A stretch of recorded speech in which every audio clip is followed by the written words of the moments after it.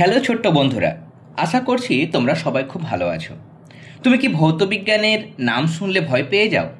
যত পরীক্ষা এগিয়ে আসে তোমার তত মনে হয় ভৌতবিজ্ঞান মানেই কঠিন একটা বিষয়। তাহলে আজকের ভিডিওটা তোমার জন্যই। আজকে আমরা ধাপে ধাপে আলোচনা করব কিভাবে মেধাবী, মধ্যম মানের এবং তার সঙ্গে পিছিয়ে পড়া ছাত্রছাত্রীরা সবাই ভৌতবিজ্ঞানে ভালো নম্বর পেতে পারে। এই সব কিছু আমরা আজকের এই ভিডিওতে খুব সহজভাবে দেখে নেব। এবার প্রথমে বুঝে নেওয়া দরকার যে আমাদের আসলে ভৌতবিজ্ঞানে ভয়টা কেন হয়। ভৌতবিজ্ঞান আসলে ভয়ানক কোনো বিষয় নয়, শুধু বোঝার পদ্ধতিটা ঠিক রাখতে হয়। চলো দেখে নেওয়া যাক ভৌতবিজ্ঞানে ভয় পাওয়ার মূল কারণগুলো আসলে কি কি। 1 নম্বর কারণ হচ্ছে সংজ্ঞামূলক প্রশ্নগুলো উদাহরণ ছাড়া মুখস্থ করা। বিভিন্ন যে সংজ্ঞা তোমরা ভৌতবিজ্ঞানের পাঠ্য বইয়ে পাও, সেটা তোমাদের নবম শ্রেণীর হতে পারে বা দশম শ্রেণীর হতে পারে, সেখানে যে সংজ্ঞাগুলো দেওয়া থাকে সেই সংজ্ঞাগুলো আমরা শুধুমাত্র মুখস্থ করে যাই অনেক ক্ষেত্রে, কিন্তু সেটার উদাহরণটা আমরা পড়ি না। তার জন্য সেই সংজ্ঞাগুলো আমাদের বোঝাটা অসম্পূর্ণ থেকে যায়, এবং অসম্পূর্ণ থাকার কারণেই যদি বা সেটা কোনো রকমভাবে মুখস্থ করে নেওয়া হয়, পরীক্ষার সময় কিন্তু সংজ্ঞা লিখতে গিয়ে অধিকাংশ ক্ষেত্রে ছাত্রছাত্রীরা সেই সংজ্ঞাটার অর্ধেকটা লিখে ভুলে যায়, বা কোনো একটা বিষয় যেটা সায়েন্টিফিক্যালি এরর বা ভুল, সেরকম ভুল কিছু লিখে চলে আসে। তাহলে এটা একটা কারণ। 2 নম্বর কারণ, একটা বিষয় একবার পড়ে নিয়ে সেটা ফেলে রেখে দেওয়া। সেটা কিন্তু আর দ্বিতীয়বার, অনেক স্টুডেন্ট রয়েছেও যারা কিন্তু আর দ্বিতীয়বার সেই বিষয়টা পড়ো না। এটা হচ্ছে 2 নম্বর ভাইটাল একটা কারণ। 3 নম্বর প্রশ্ন, ভৌতবিজ্ঞান যখন তোমরা ক্লাস 7-8-এ পড়েছো সেখানেও ভৌতবিজ্ঞান জীবনবিজ্ঞানের পার্ট আলাদা করা ছিল, কিন্তু ক্লাস 9-10-এ উঠে তোমরা জানো ভৌতবিজ্ঞানে আলাদা বিষয় রয়েছে, জীবনবিজ্ঞানে আলাদা বই, ভৌতবিজ্ঞানে আলাদা বই। এবার ভৌতবিজ্ঞানের মধ্যে তোমরা যেহেতু নবম দশম শ্রেণীতে পড়াশোনা করছো, তোমাদের ভৌতবিজ্ঞানের মধ্যে অনেক গাণিতিক প্রশ্ন মানে নিউমেরিক্যাল প্রবলেম রয়েছে। এবার অনেকেই আছো যারা গাণিতিক প্রশ্ন বা নিউমেরিক্যাল প্রশ্নগুলোকে খুব কঠিন বা খুব শক্ত মনে করো এবং সেটা পুরোপুরি অ্যাভয়েড করে দাও। সেটা একটা কারণ। 4 নম্বর আমরা কারণে যাব, আমাদের ভৌতবিজ্ঞানের মধ্যে বিভিন্ন সূত্র রয়েছে। আমরা আলো চ্যাপ্টার, তারপরে আমাদের দশম শ্রেণীতে তড়িৎ রয়েছে, গ্যাসের চ্যাপ্টার রয়েছে, আবার নবম শ্রেণীতে কার্যক্ষমতা রয়েছে, তাপ রয়েছে। বিভিন্ন চ্যাপ্টার থেকে বা অ্যাসিড ক্ষার লবণ যে গাণিতিক নয় রাসায়নিক সমীকরণগুলো আছে, সেগুলো কিন্তু আমরা খুব ভালো রকমভাবে পড়ি না। তাহলে গাণিতিক প্রশ্নকে আমরা যদি অ্যাভয়েড করি বা খুব কঠিন মনে করি, সেটা যেমন আমাদের পক্ষে ক্ষতিকর। একই রকমভাবে বিভিন্ন সূত্র আছে, এবং তার পাশাপাশি সূত্র ছাড়াও বিভিন্ন ধরনের যে রাসায়নিক সমীকরণ আছে, সেগুলো যদি আমরা না বুঝে মুখস্থ করি বা মুখস্থ করলাম কিন্তু তাদের প্রয়োগগুলো যদি না বুঝি, তাহলে সেটাও কিন্তু ভৌতবিজ্ঞানের ভয় পাওয়ার একটা কারণ হয়ে দাঁড়ায়। নেক্সট, আরও একটা বিষয়, এই সবগুলো কারণগুলো ছাড়াও পরীক্ষার হলে আমাদের আরও একটা ভুল করে ফেলি, সেটা হচ্ছে পরীক্ষার সময় পরীক্ষার হলে বসে প্রশ্নপত্র খুঁটিয়ে না পড়া, ভালো রকমভাবে প্রশ্নপত্র বুঝে বুঝে না পড়ে আনসার করতে শুরু করে দেওয়া। সেটা ভৌতবিজ্ঞানের ভীতির আরও একটা মূল কারণ। অনেক সময় সহজ প্রশ্ন আমরা না বুঝে ছেড়ে দিই, বাড়িতে এসে হয়তো দেখি যে এই প্রশ্নটা এরকম ছিল, পরীক্ষার হলে হয়তো চাপের মধ্যে থেকে আমি সেটা ঠিকমতো লক্ষ্য করিনি, সেটা অজান্তে আমি ছেড়ে দিয়েছি, সেটা আমার জানা প্রশ্ন, বাড়িতে এসে আমি দেখছি সেটা আমি করে আসতে পারিনি। তাহলে পরীক্ষার হলে আমি চাপের জন্য, বিভিন্ন কারণের মানসিক চাপের জন্য বা ঠিকমতো প্রশ্নটা পড়িনি বলে কিন্তু এই ভুলটা আমি করে এসেছি, প্রশ্নটা জানা প্রশ্ন আমি না লিখে ছেড়ে এসেছি। ওকে, তাহলে এখানে আমরা যে 5টি বিষয় বললাম, যে 5টা বিষয় বলা হলো, সেই 5টা বিষয় যে সমস্ত শিক্ষার্থীরা, তোমরা যারা এখন এই ভিডিওটা দেখছো বা শুনছো, তারা যদি এই 5টা বিষয় কারেকশন করে নিতে পারো বা সংশোধন করে নিতে পারো, তাহলে জেনে রাখো তোমাদের 50% যেটা ভীতি বা ফিয়ার বা ভয়, সেটা কিন্তু নিজে থেকেই কেটে যাবে। এবার আমরা দেখব, আমরা ভীতি দেখলাম, ভীতি এবার কিভাবে দূর করব। মেধাবী ছাত্রছাত্রী, মধ্যম মানের, পিছিয়ে পড়া, প্রত্যেকের ক্ষেত্রে আমি কিছু গুরুত্বপূর্ণ টিপস আলোচনা করব। সেগুলো যদি তোমরা মনে প্রাণে ফলো করো, দেখবে এই ভীতি ধীরে ধীরে কেটে যাবে এবং তোমাদের ভৌতবিজ্ঞানের অগ্রগতির চাকা অনেকটা এগিয়ে যাবে। তোমরা কিন্তু নম্বর পাবে এবং তোমাদের অনেকটাই কিন্তু ইমপ্রুভমেন্ট হবে। প্রথমে আসবো মেধাবী ছাত্রছাত্রীদের জন্য কিছু পরামর্শ। 1 নম্বর পরামর্শ হলো পাঠ্য বই ছাড়াও বিভিন্ন প্রশ্ন সংকলনের বই আমাদের বাজারে অনেক রয়েছে। সেখানে যেমন আমাদের একটা উদাহরণ হচ্ছে রায় ও মার্টিন প্রশ্নবিচিত্রা, এছাড়া প্রশ্ন সংকলন রয়েছে, সাঁতরা পাবলিকেশন থেকেও দেখবে বই বের হয়। তাহলে সেখানে প্রশ্নবিচিত্রার মধ্যে কিছু কিছু স্কুল রয়েছে, ভালো স্কুল রয়েছে, জেলা স্কুল রয়েছে, সেখানকার যে কঠিন প্রশ্নগুলো আছে সেই কঠিন প্রশ্নগুলো ভালো করে বাড়িতে অভ্যাস করা বা প্র্যাকটিস করা বা অনুশীলন করা। তাহলে সেই অনুশীলন যদি তোমরা ঠিক মতো করো তাহলে তোমাদের যে দুই একটা জিনিস খামতি রয়েছে সেই জায়গাগুলো মেকআপটা হয়ে যাবে। 2 নম্বর মেধাবী ছাত্রছাত্রীরা আরও একটা বিষয় করবে, সেটা হচ্ছে প্রতিটি অধ্যায়ে যে গুরুত্বপূর্ণ সূত্র আছে কয়েকটা পেজ নিয়ে নেবে, সেই পেজে প্রত্যেকটা চ্যাপ্টার থেকে মানে ভৌতবিজ্ঞানের পুরো বই থেকে তোমরা যে যে গাণিতিক সূত্রগুলো রয়েছে, গুরুত্বপূর্ণ সূত্র রয়েছে, গাণিতিক সমীকরণ রয়েছে, সেগুলো লিখে নেবে। পাশাপাশি মানে ফর্মুলা শিটটা তৈরি করে নেবে। পাশাপাশি নবম শ্রেণীর ছাত্রছাত্রীরা তারাও ভৌতবিজ্ঞানের যে সমস্ত চ্যাপ্টার থেকে গাণিতিক সমীকরণ আছে সেগুলো লিখবে। অ্যাসিড ক্ষার লবণ থেকে মানে রাসায়নিক বিক্রিয়া যেগুলো আছে সেগুলো, সমতা বিধানযুক্ত রাসায়নিক সমীকরণ, সেগুলো তোমরা পেজের মধ্যে লিখে নেবে এবং সেগুলো মাঝে মধ্যে দেখবে।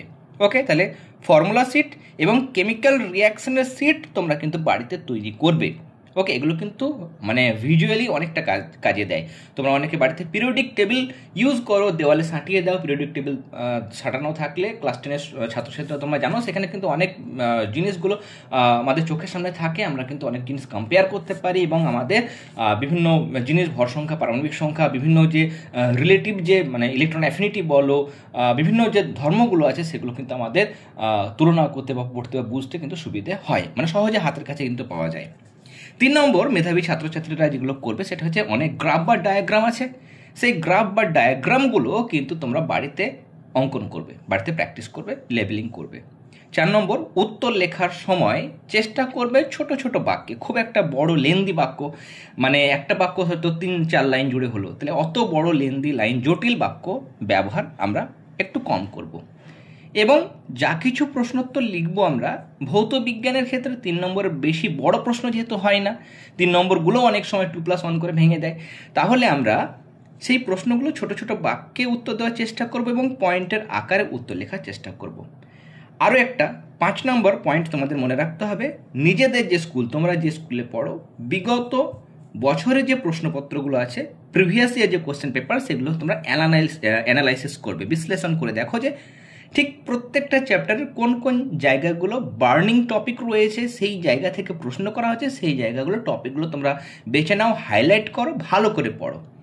মনে রাখবে তোমাদের জন্য মূল মন্ত্র হচ্ছে যে perfect presentation makes perfect marks. তাহলে প্রেজেন্টেশন তোমাদের জানো সব কিছু, মেধাবী ছাত্রছাত্রীরা দেখেছি তারা জানে, সমস্ত আনসার ঠিকমতো জানে, কিন্তু লেখার সময় তাদের প্রেজেন্টেশনটা ঠিকমতো হয় না সবার ক্ষেত্রে। আমি যেটা চাই, আমি দেখেছি সেই পুরো প্রেজেন্টেশনটা সমস্ত ছাত্রছাত্রীদের মধ্য থেকে আমি কিন্তু পাই না। অনেকে জানে কিন্তু মূল বিষয়টা এত মানে হ্যাফাজেটলি লেখে বা লেন্দি করে দেয়, মূল জিনিসটা কিন্তু হারিয়ে যায়। সেটা কিন্তু যিনি খাতা দেখবেন তার মনে কিন্তু একটা ব্যাড ইমপ্রেশন আসে, সেটা করবে না। ছোটো ছোটো বাক্যে টু দ্য পয়েন্ট আনসার লেখার চেষ্টা করবে।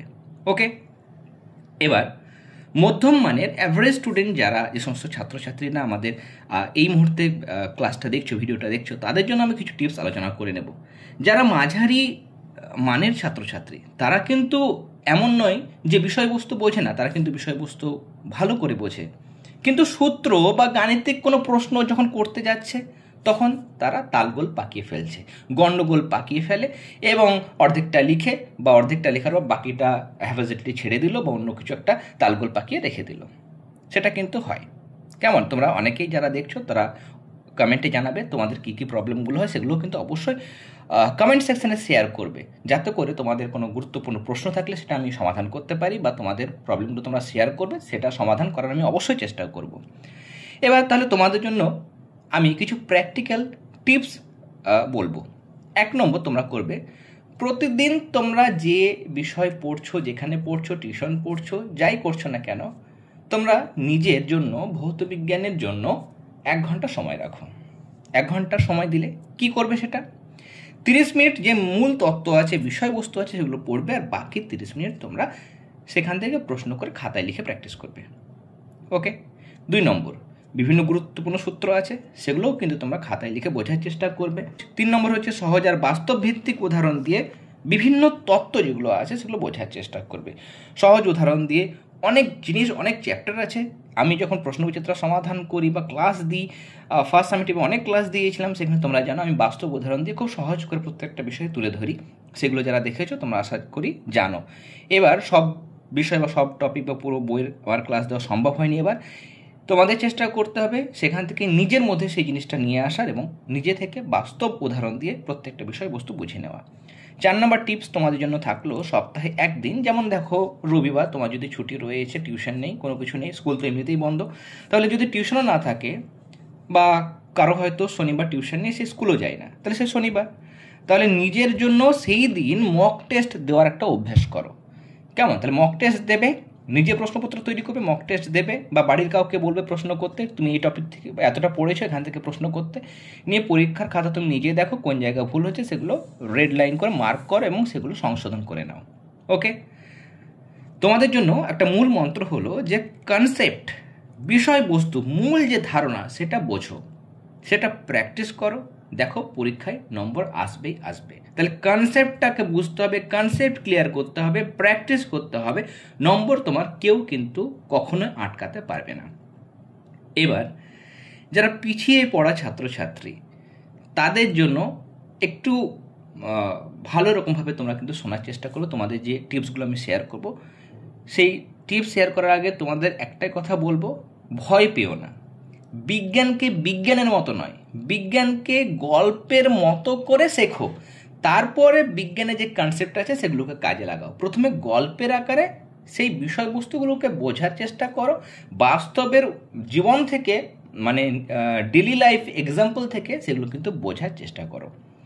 তোমাদের টিপস হচ্ছে যে প্রতিদিন 20 থেকে 30 মিনিট সময় দাও। 1 ঘন্টা হয়তো সময় দিতে পারবে না, বা সেটা একটা বোরিং হয়ে যেতে পারে, যেহেতু ভৌতবিজ্ঞান তুমি এমনিতেই পছন্দ করো না, কঠিন বিষয় তোমার ক্ষেত্রে, তাহলে তুমি 20 থেকে 30 মিনিট প্রথমে একটা করে অধ্যায় শুরু করো, জাস্ট থরলি রিডিং পড়ো। বাংলায় যে সূত্রগুলো আছে, কোন একটা পাই কোনটা, সিগমা কোনটা, কোন একটা অক্ষর তুমি জানো না, রো কোনটা জানো না, তুমি ওটা বাংলাতে লেখো, বানান করে, রয় ওকার রো, পাই পয়া আকাশি পাই, সিগমা বানান করে লেখো, যাতে করে কোনটা কি, কোনটা ইটা কোনটা, সেগুলো মনে রাখতে সুবিধা হয়। তাহলে বাংলায় সূত্রগুলো নিজের মনের মতো করে লেখো এবং বোঝার চেষ্টা করো। 3 নম্বর, দেখো দশম শ্রেণী যারা, যে সমস্ত ছাত্রছাত্রীরা পড়ছো, তোমরা জানো যে চাপ বাড়লে, পি ভ্যারি চার্জ 1/v, চাপ বাড়লে আয়তন কমে, চাপ কমলে আয়তন বাড়ে, ব্যস্ততাপাতিক সম্পর্ক। কিন্তু আমরা বেলুন ফোলার সময় দেখেছি চাপ এবং আয়তন দুটোই বাড়ে। সেটা কেন হয়? সেখানে ভরটা কিন্তু ধ্রুবক থাকে না। তাহলে বাস্তব ভিত্তিক উদাহরণ, বা সাইকেলে পাম্প দেওয়ার সময় সাইকেলের টিউবটা বা টায়ারটা, সেটা কিন্তু চাপ বাড়ে, আয়তনও বাড়ে সেখানে। তাহলে কেন হচ্ছে?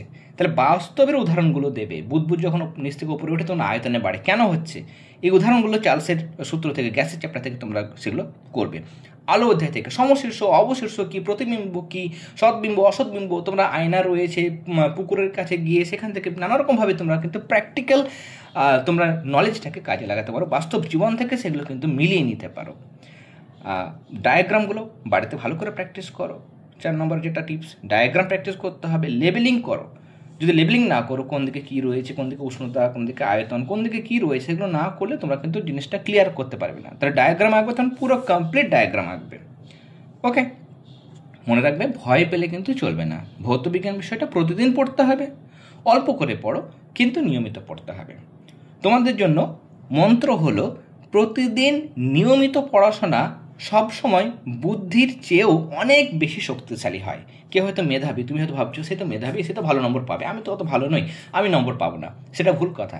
তুমি যদি, সে যদি 1 ঘন্টা করে সময় দেয়, তুমি যদি আরও বেশি সময় দাও, দেখবে ধীরে ধীরে তোমারও ইমপ্রুভমেন্ট হবে। একটা সময় আসবে, 1 বছর 2 বছর সময় লাগবে।